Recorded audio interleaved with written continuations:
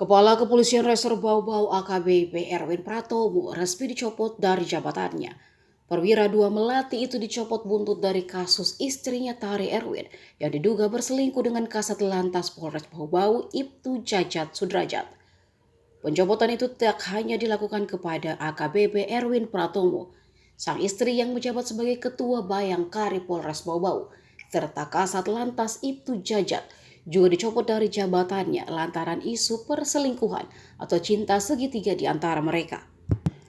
Kabid Propam Polda Sultra, Kombes Priyanto Teguh Nugroho mengatakan bahwa pencopotan itu sebenarnya dilakukan untuk mempermudah proses pemeriksaan terhadap ketiganya.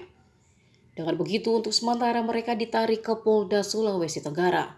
Kombes Priyanto mengaku bahwa sejauh ini pihaknya belum memberikan sanksi ataupun kode etik kepada mereka, sebab pihaknya masih melakukan klarifikasi terkait adanya isu miring tersebut. Pasca pencopotan tersebut, AKBP Erwin Pratomo kemudian ditarik sebagai Pamen Polda Sulawesi Tenggara. Erwin digantikan Wakil Direktur Intelijen dan Keamanan atau Wadir Intelkam AKBP Suherman Sanusi sebagai pelaksana harian atau PLHK Polres Bau-Bau.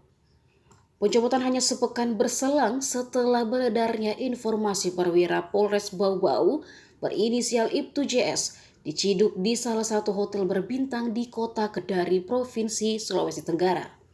Sang perwira tersebut diciduk diduga selingkuh atau terlibat perselingkuhan dengan istri Pamen lainnya.